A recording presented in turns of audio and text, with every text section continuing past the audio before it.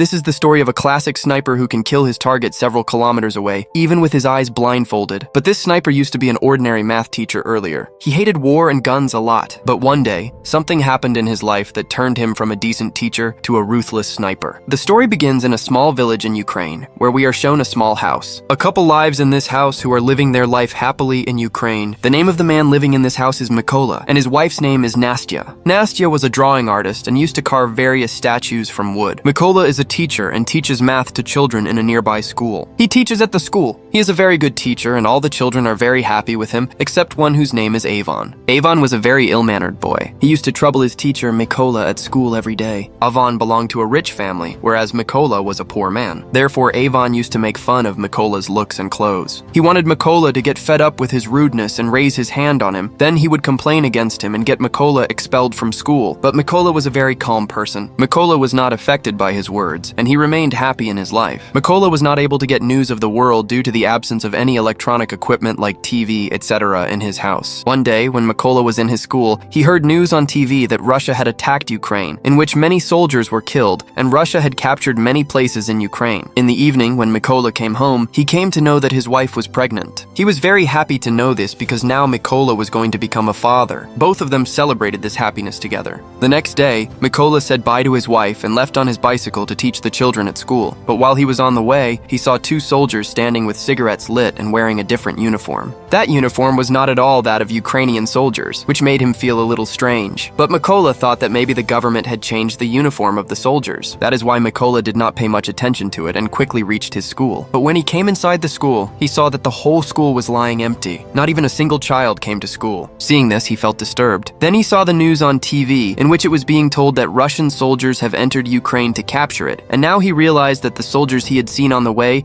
were actually from Russia. Thinking this, he got worried about his wife because she was alone at home. He immediately sat on his bicycle and rushed toward his house, but now it was too late. When Mykola reached home, he saw that the two soldiers were beating his wife badly. Mykola tried to save her, but those soldiers started beating him too. He begged them, saying, "Please don't beat me, my wife is pregnant." But the soldiers didn't listen and kept beating both of them. After some time, one of the Russian soldiers searched Mykola's house. When he didn't find anything useful inside, he got angry, set the house on fire, and started to leave. Seeing her house burning, Nastya became furious. She picked up a stone and began hitting the Russian soldiers. Seeing this, one of the soldiers fired a shot, and Nastya died on the spot. The ground beneath Mykola's feet seemed to vanish as he watched his wife die before his eyes. He ran to her, took her in his arms, and began to cry bitterly. After a few hours, two Ukrainian soldiers arrived at the scene. Seeing Mykola's wife dead, they felt deep sorrow. They placed their hands on Mykola's shoulder and told him not to lose courage. After that, the two soldiers began digging a grave for Nastya. Once the grave was ready, they told Mykola to bury his wife there. After his wife's death, Mykola was completely broken. He was now all alone. Those Russian soldiers had not only killed his wife, but had also destroyed his life. They burned down his house and killed his unborn child. Now Mykola was burning with the fire of revenge. He had made up his mind to kill the Russian soldier who had shot his wife, no matter what it took. The only way to take revenge was to join the Ukrainian army. That's why he requested those two soldiers, "Please take me with you. I want to join the Ukrainian army." The soldiers agreed and took Mykola to their military base in their vehicle. Before leaving, Mykola took a small wooden statue made by his wife, the one she had carved to protect him. When they reached the military base, their senior officer became angry after seeing Mykola. He refused to recruit him, suspecting that Mykola might be a spy. But when the senior officer received full information about Mykola from the two soldiers, Mykola told him everything, how the Russian soldiers had brutally killed his wife, an unborn child, and burned his house. He said, "I have no reason left to live. I only want to free my country by killing those Russian soldiers." Hearing this, the senior officer was moved and agreed to recruit Mykola as a soldier. The next day, Mykola's training began. Since he was just an ordinary man, he faced many difficulties during training. He had studied math all his life and had no knowledge about guns. When all the soldiers were assembling their rifles, Mykola was very slow in comparison to them, and he assembled his rifle last. Seeing this, the officer felt that Mykola would never be able to become a good soldier, but Mykola did not give up and focused on his training. One night during training, Mykola told his senior not to call him by his name and said his code name was Raven. When the others heard Raven, everyone started laughing. The senior told him that code names are not earned easily, and that a soldier must perform great feats for the country to deserve one. Mykola did not take this negatively and began working even harder. He practiced late into the night while the other soldiers slept. One day, the senior announced that they had a shortage of snipers and needed to increase their numbers to fight the Russians. He asked who wanted to become a sniper. Some soldiers stood up, and Mykola was among them because he also wanted to become a sniper.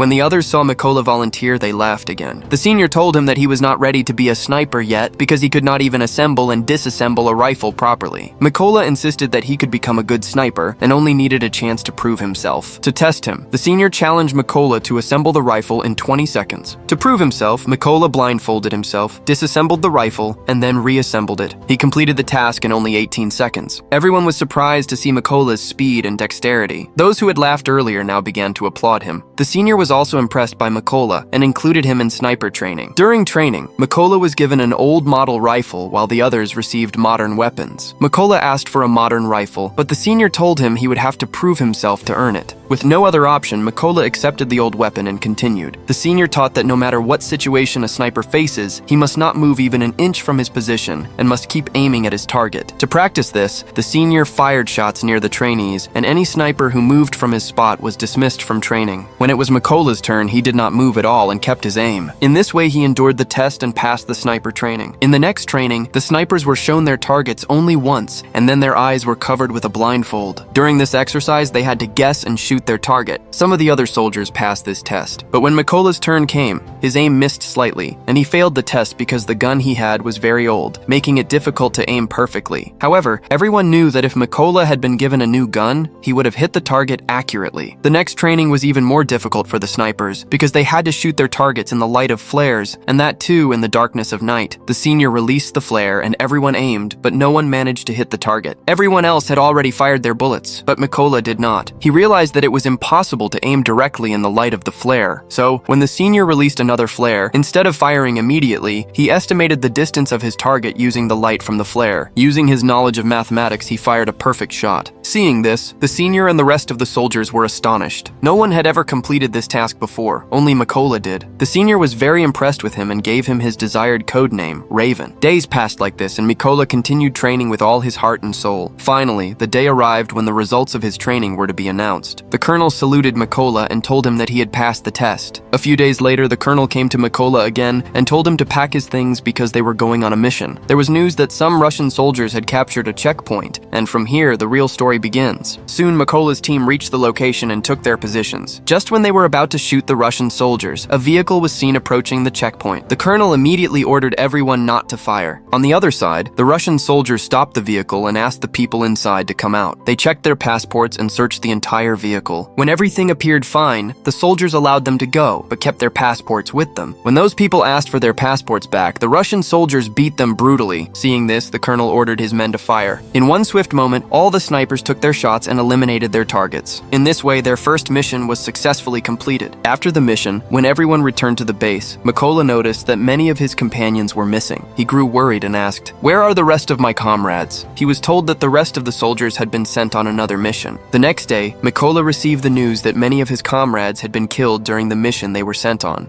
All of them were killed by a Russian sniper. The name of that sniper was Siri, and he was the best sniper in Russia. A few days passed like this, and Mykola left for his next mission with his team. After reaching the location, they laid mines all around and took their positions. After a while, Russian soldiers arrived at the spot, and among them was Avon, the same boy who used to trouble Mykola in school. Now Avon had joined the Russian army. As soon as the colonel gave the order to shoot, Mykola hesitated because he didn't want to kill his former student. But then Mykola pushed his emotions aside and shot at the landmines placed nearby. A huge explosion followed, killing all the Russian soldiers, including Avon. After everything was under control, the colonel angrily asked Mykola, "What were you thinking when I gave the order to shoot?" Mykola replied, "One of my students was among those Russian soldiers. I didn't want to kill him." The colonel explained to Mykola that he should not feel sad about Avon's death. He said, "Here, he wasn't your student, he was your enemy. Joining the Russian army was his own decision, so you don't need to feel bad for him." After completing the mission, they all returned to their base camp. The colonel had complete faith in Mykola and spent most of his time with him. One day, the colonel showed Mykola a family photo and told him that there were 3 people in his family. He said, "Both my daughters don't know that their father is a soldier. I've told them that I run a business. Even my wife hasn't told them the truth."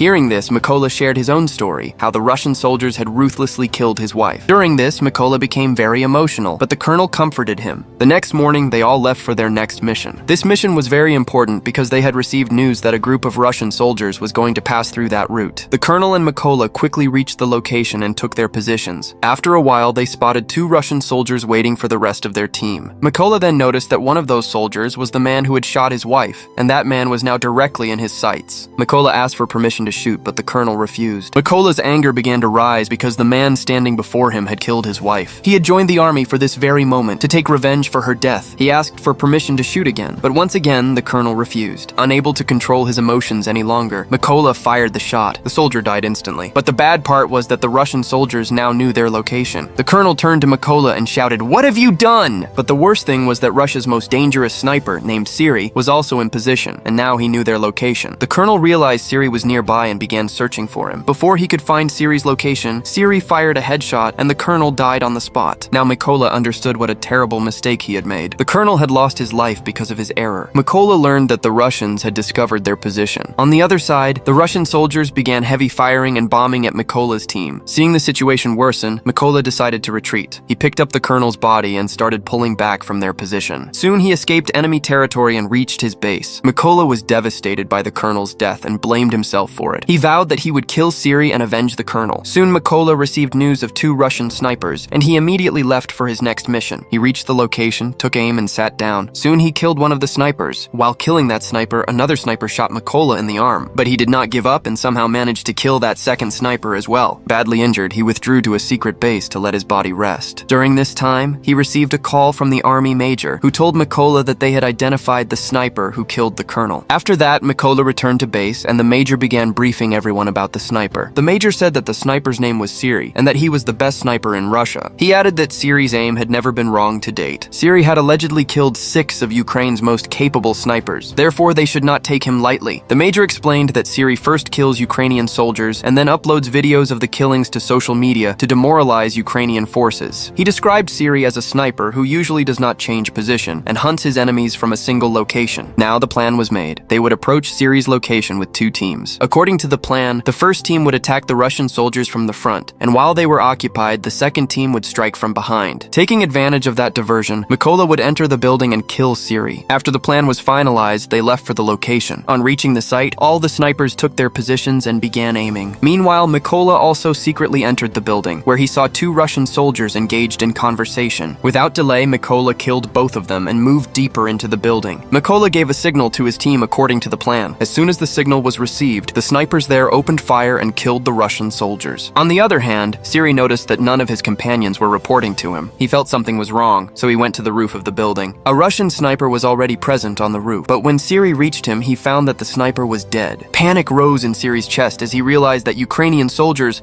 had surrounded him from all sides. He contacted his base for backup, but they said it would take another 10 minutes for reinforcements to arrive. Hearing this, Siri hurried back to his position and started searching for Ukrainian soldiers. Then he noticed a small statue placed on the table in front of him, the same statue Mykola had left there, which had been made by Mykola's wife. Before Siri could react, Mykola attacked him and stabbed him to death. The scuffle alerted another sniper in the building, who became more alert. Before that sniper could do anything, Mykola threw a grenade near him, and the sniper was killed in the explosion. After some time, the backup team Siri had called also reached the building, unaware that Siri was already dead. When they tried to contact Siri, Mykola answered the call and told them that they were all going to die. Then he shot the truck driver. As soon as the shot rang out, there was chaos among the Russian soldiers, and they scrambled out of the truck. They were unaware that Ukrainian snipers were lying in ambush for them. The Ukrainian soldiers opened fire fiercely and killed the Russians one by one. A few days after this mission, Mykola went to his wife's grave. He felt that the promise he had made to her had now been fulfilled because he had killed all those responsible for killing his wife and the colonel. Here Nicholas swore that he would continue to serve his country till his last breath, and saying this, he left from there. And with this, the film ends. If you liked the video, then please subscribe to our channel and like the video. Thanks for watching. Take care, bye.